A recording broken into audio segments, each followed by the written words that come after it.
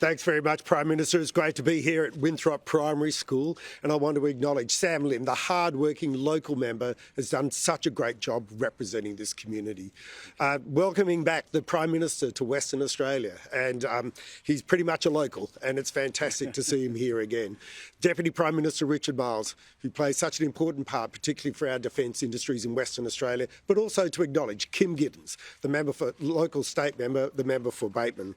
And my government and the Albanese Labor government are working in partnership to deliver for WA schools, with a partnership that ensures that every school in WA is fully funded by 2026. It builds on my government's support, including through the WA Student Assistance Payment. $150 for every kindy and primary school student, $250 for every secondary student.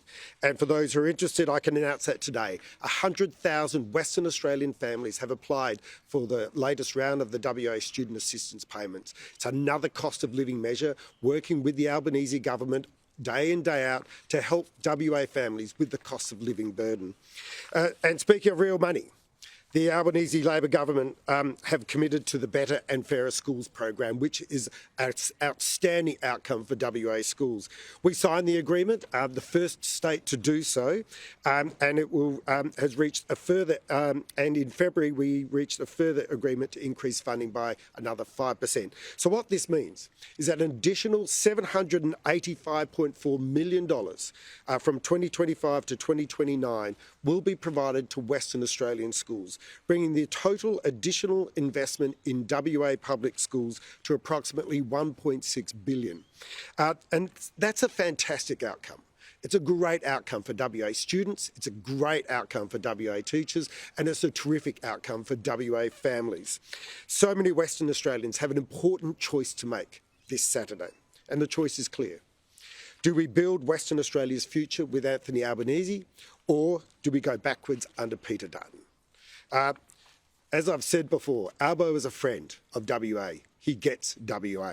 And the Prime Minister and his cabinet have been here on so many occasions, and it's great working with a trusted partner in Canberra to deliver great outcomes for Western Australians. Sam Lim does such a good job representing this local community. He is an important part of the Albanese team and deserves the support of the Tangney electorate on Saturday.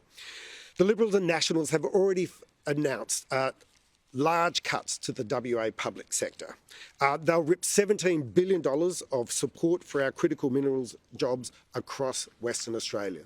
The fact they could not back the production tax credit scheme is an important indication that the Liberals and Nationals simply are opposed to WA jobs and opposed to prosperity in the Western Australian community. And of course, let's never forget the nuclear power fantasy that Peter Dutton has prosecuted. If he was down there with the Prime Minister and I last week, he would have seen that Collie has already begun the clean energy transition. Banks upon banks of batteries taking this state forward. But of course, he doesn't go to Collie. And he will never be the beneficiary of seeing the evidence that the clean energy transition has well and truly begun in Western Australia. And finally, we should never forget that Peter Dutton opposed the WA's fair share of the GST. The GST deal, which is so fundamentally important to Western Australia, our fair share of the GST.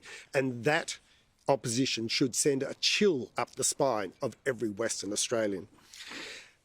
We are living in difficult times. Western Australia is in a geopolitically uncertain area. And in these uncertain times, you need trusted and you need experienced leadership at the helm. And only Anthony Albanese will provide that leadership to continue to take Western Australia forward. Now I hand you back to the Prime Minister.